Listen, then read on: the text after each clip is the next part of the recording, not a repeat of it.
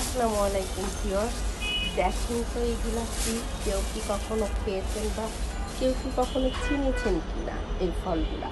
এই ফলগুলো কিন্তু আমাদের দেশীয় ফল, আমাদের দেশে হয়।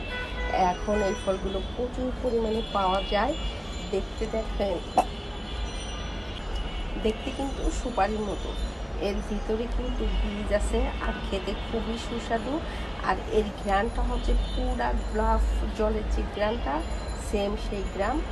তো আমি নামটা বলেই দিচ্ছি আপনাদের, এটা হচ্ছে গোলাপ জামরুল কেউ বলে, কেউ গোলাপ জাম বলে। আমি ভিতরটা একটু দেখিয়ে দিচ্ছি।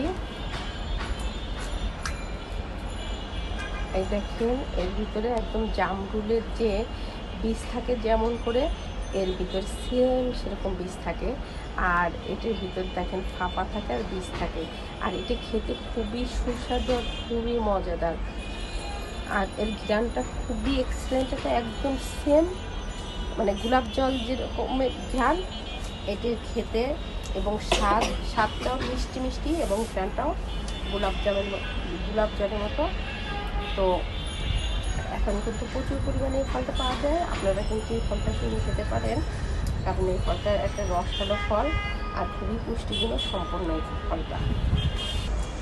তো ভিউয়ার্সরা আমাকে একটু কমেন্টস করে জানিয়ে দিন আপনারা কে কে খেয়েছেন এই ফলগুলো, আর কে কে চিনেন এই ফলগুলো আর ফলগুলোর নামটা। ঠিক আছে, সবাই ভালো থাকবেন।